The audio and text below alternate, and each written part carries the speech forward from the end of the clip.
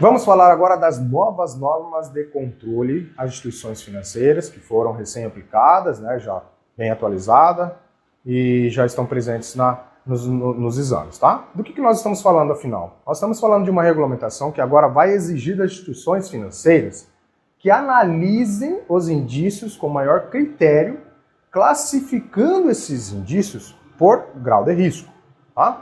A primeira, abordagem baseada em risco. Então, vai ser categorizado, né, por tipo de cliente, por tipo de produto e serviço, por os canais utilizados, quais são os funcionários daquela instituição, os sócios e terceiros. Então vai haver uma classificação para cada componente que você vê na tela ou na apostila, e desta forma vai ter uma política sendo adotada, né, para cada representante ali, seja para funcionários, seja para os sócios e terceiros, para clientes, para produtos e serviços. Então vai haver uma política específica para a condução, tá, dessa abordagem baseada em risco. E aí a avaliação interna de risco. Bom, interna, dentro daquela instituição, ela vai fazer o quê? Ela vai mensurar e classificar a efetividade destas políticas, destas regras, destas normas que foram adotadas, tá, como procedimento padrão. Então, vai, primeiro, categorizar através de uma abordagem baseada em risco. Vai haver uma classificação de risco. Qual é a classificação de risco para clientes? Qual é a classificação de risco para produto consórcio, produto investimento, produto crédito? Qual é o grau de risco para acesso via aplicativo ou internet banking? Qual é o grau de risco para funcionários de atendimento varejo, private, alta renda? E qual é o grau de risco para os nossos relacionamentos com sócios e terceiros? Depois disso, então, é feita a mensuração e classificação das políticas que foram adotadas, das normas, né? E aí serve para haver um parâmetro, está havendo efetividade ou não? Está dando certo ou não está dando certo? Nós estamos conseguindo realmente prevenir esse processo de lavagem de dinheiro? E a Anbima, nesse quesito, ela recomenda que o monitoramento seja constante dessas atividades, tá? E isso dispensa, então, uma auditoria interna ou uma auditoria externa, desde que o monitoramento ocorra de forma constante, ok? E aí a análise de efetividade nada mais é que um relatório que vai demonstrar perante os órgãos aí fiscalizadores qual é o grau de efetividade dessas políticas, dessa categorização, dessa política, essas normas adotadas, se elas estão dando certo ou não. Então ali vai dar a informação de quais são os métodos que estão sendo adotados, como que está sendo o processo de conhecer o seu cliente, que é o Know Your Customer, qual é a governança da política, qual é o desenvolvimento, o tipo de treinamento, capacitação desses participantes, né, principalmente os funcionários, os colaboradores, e como é o processo de identificação dos funcionários, de parceiros e terceiros. Esse relatório ele deve ter periodicidade anual com a data base de 31 de dezembro.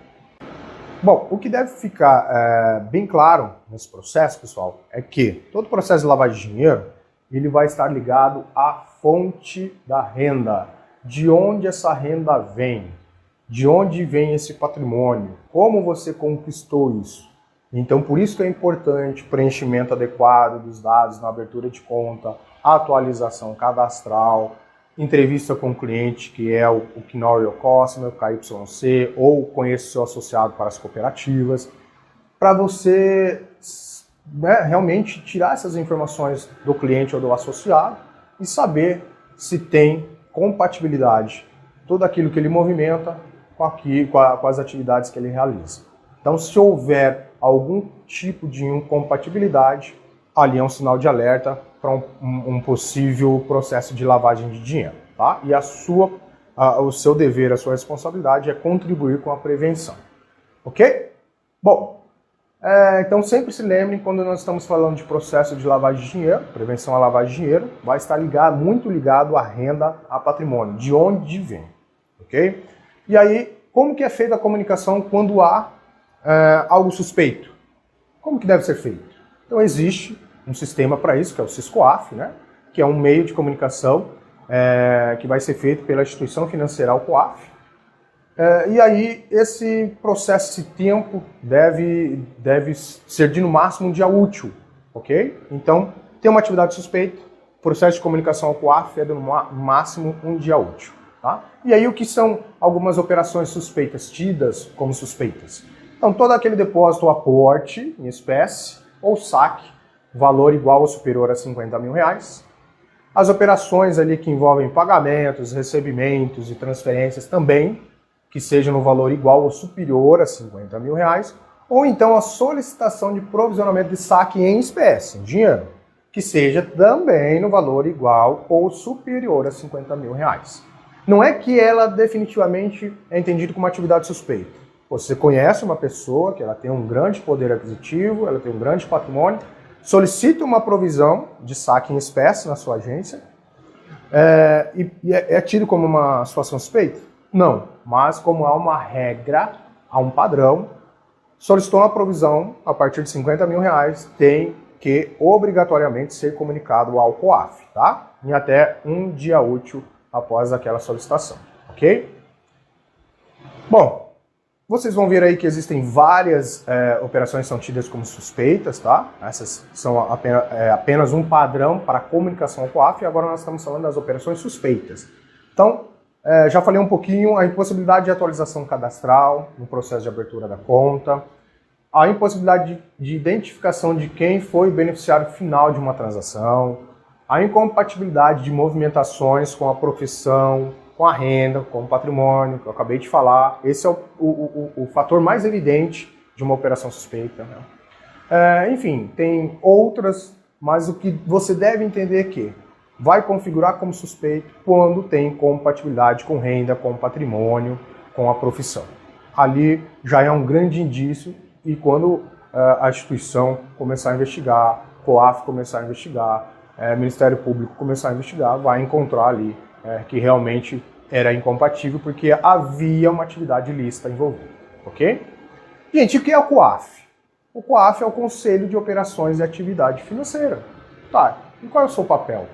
O papel dela é analisar essas comunicações recebidas, tidas como suspeitas, e também supervisionar aqueles que não possuem esse tipo de serviço de comunicação, como as joalherias e as factories, ok? E a COAF, a partir de 2020, ela passou a ser vinculada agora ao Banco Central do Brasil. Foi uma solicitação pelo ex-ministro Paulo Guedes, né, no governo Bolsonaro. Isso ocorreu, na verdade, a proposta era para que ela fosse vinculada ao Ministério da Defesa, mas então não deixaram, né, no Congresso isso não ocorreu, e foi vinculado ao Ministério da Economia. Tá? Por isso que o presidente do COAF ele acaba sendo indicado pelo ministro da Economia e sancionado pelo presidente da República. Então, qual é o papel do COAF? Examinar e analisar essas denúncias tidas como suspeitas. E ela pode expedir ordens de prisão? Não, ela não tem essa autoridade.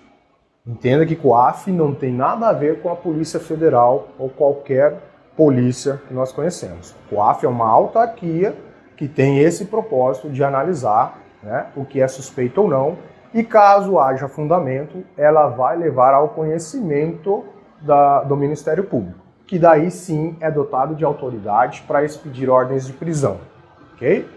E aí então, na verdade, o COAF é um dedo duro. Bom, vai examinar, aqui tem atitudes suspeitas. Ministério Público, dá uma investigada que aqui pode estar acontecendo alguma coisa. Ok? Ficou mais claro? E o processo de conhecer o seu cliente? Como é? Bom, era uma entrevista, né, que deve ser via documento ou até presencialmente, mas sempre com o documento em mãos para comprovar que houve essa entrevista, com o propósito de entender sobre a sua profissão, sobre a sua renda, sobre o seu patrimônio. Então são perguntas abertas e fechadas que têm como propósito extrair essas informações, para definitivamente conhecer quem é de fato o seu cliente. É muito importante tudo isso. Quanto maior é o seu grau de relacionamento e conhecimento sobre esse investidor ou esse cliente, mais fácil é vai ser para você entender quando uma atividade é suspeita ou incompatível com o que você está acostumado a ver no extrato bancário daquele cliente ou nas operações que ele realiza. Tá? No código da Anbima, o código de distribuição, há uma recomendação da entidade, da Anbima, que essas visitas ocorram de forma frequente e que seja presencial, tanto na residência quanto no trabalho deste cliente, deste investidor, ok? Agora nós vamos falar de PEP, pessoa exposta politicamente. E bom, para resumir aqui, tá, gente? A gente não vai nem ler a atualização do COAF número 40, a gente não vai ler essa atualização que houve na lei, porque ela se resume a qualquer figura pública. Então, seja presidente da República, governadores, prefeitos, vereadores, juízes, né, ou até mesmo presidentes ou tesoureiros de partidos políticos. Então falamos aí da esfera dos tribunais superiores, seja regional, seja civil, enfim, são tratados como pessoa exposta politicamente, que pode haver um nível de corrupção envolvido. Por isso que o PEP ele vai ser considerado na sua atividade até o fim da sua atividade. Então, ele se aposentou, ele não é mais um presidente, um governador. A partir daquele momento em que ele deixou o cargo, ainda conta-se um prazo de 5 anos para que ele se desfigure como uma pessoa exposta politicamente. Agora vamos falar de ética na venda. O que quer dizer ética na venda? Quer dizer assim, não faça venda casada. Em hipótese alguma. Isso não existe, não deve existir no mercado financeiro. É isso que prega a Anbima, é isso que prega a CVM, é isso que prega o Banco Central, é isso que prega o Conselho Monetário Nacional. Tá ok? Ética na venda representa a não venda casada. Tá? Então não se pode realizar a venda casada. E o que é venda casada? Quando você oferece um produto, um serviço condicionado à aquisição de outro produto ou serviço. Isso é claramente venda casada. Eu estou fechando o seguro, eu estou te oferecendo esse crédito que o cliente lhe pediu, eu consegui essa situação do crédito, eu aprovo para você mediante a contratação desse seguro de vida. Clássico, venda casada. Tá? Isso pode respingar na instituição financeira fortemente e em você, colaborador. Ok? Um exemplo de uma venda permitida, que é uma venda promocional que nós chamamos. Olha, tudo bem, seu João? Eu vou lhe atender esse crédito, mas eu tenho uma condição melhor para o senhor. Se o senhor aderir a esse seguro de vida, que eu sei que o senhor não tem, mas eu vi que ele está apropriado com as coberturas, tem alguns benefícios, e na contratação de seguro eu vou conseguir para você um desconto na taxa desse empréstimo. Né? O gerente deixou autorizado, é uma campanha que o banco está fazendo, e aí você é um dos contemplados, já que você veio solicitar um crédito, vem no momento oportuno. Se você achar por bem fazer a contratação, você consegue uma taxa melhor no crédito. Agora, se o senhor achar que vai pesar no orçamento ou que não faz sentido, ou se o senhor tem outro seguro em outra instituição, tudo bem. É apenas uma oferta que eu estou lhe fazendo. O senhor pode pegar o crédito nessas condições, a primeira condição que eu lhe apresentei, e tudo certo. Ok? Então, essa é uma venda promocional. Não é configurado como venda casada. Entendam bem a diferença. Você só vai liberar o crédito mediante a adesão do seguro. Ou seja, se você não aderir ao seguro, eu não te libero o crédito. Venda casada. Venda promocional, não. É uma oportunidade. Você aceitando ou não, o seu crédito vai ser liberado. Ok? Restrição de oferecimento de produtos e serviços ao investidor. Bom, o que é preciso entender aqui, rapidamente? A idade. É fundamental, né, ter a sensibilidade em relação à idade. Porque uma pessoa idosa, obviamente, ela goza de uma menor expectativa de vida, ao contrário de uma pessoa jovem. Então não faz nenhum sentido oferecer renda variável devido à sua volatilidade, né, a sua possibilidade de alta, mas também a sua grande possibilidade de queda, para um idoso, que tem uma expectativa de vida menor e pode ser que ele entre um momento ruim, tenha uma queda do mercado e ele não recupere o seu investimento. Então não faz sentido, né, essa oferta. É isso que a restrição e oferecimento de produtos e serviços ao investidor vem nos trazer.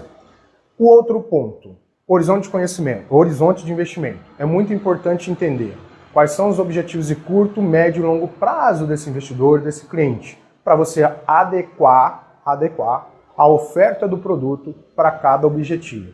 Eu quero viajar daqui a 12 meses para a Itália. Tá, tudo bem. O que o senhor acha de colocar num fundo com boa liquidez, tá? Que quando você precisar resgatar, em um dia já está disponível para o senhor e está entregando uma rentabilidade média aí de 105% CDI. Ah, ok, interessante. Ah, eu tenho um objetivo de reformar minha casa daqui a 3 anos. Ah, então nós podemos aí trabalhar com uma LCA. É um produto isento, né? O vencimento dele é 2 anos e meio, vai ficar disponível para o senhor. Então, caso você queira fazer a reforma, o dinheiro vai estar em bom momento. E aí, quando nós falamos de longo prazo, também com o mesmo propósito, tá? Então, o horizonte de investimentos ele é muito importante. Não menos importante, temos também o grau de conhecimento, que você consegue extrair apenas olhando qual é a experiência que esse investidor teve. Ah, com que tipos de investimentos o senhor já tem familiaridade, que o senhor já investiu? Ah, lá no banco A eu já investi em LCA, já investi em CDB, na corretora X eu já tive investimento em fundos multimercados, então ele já tem um certo grau de familiaridade com esses produtos e conhecimento. Então você sabe que oferecer esses produtos já está enquadrado no que ele conhece sobre a experiência que ele teve, tá? Aí oferecer algo em que a experiência dele, o grau de conhecimento dele é incompatível, aí você já está infringindo esse processo, ok? Tolerância ao risco. Basicamente é um pouco dos 3 que nós vimos, da idade, do horizonte de investimentos e do grau de conhecimento. Então a tolerância ao risco é o quanto esse cliente, esse investidor está disponível, né, em termos de risco, o quanto ele tolera, tá, segundo o seu perfil de risco, para um determinado ativo, para um determinado investimento. Então isso vai contar a sua idade, o seu horizonte, o seu grau de conhecimento. Isso vai dizer muito sobre a sua tolerância, claro, também pelo perfil de risco. Ok?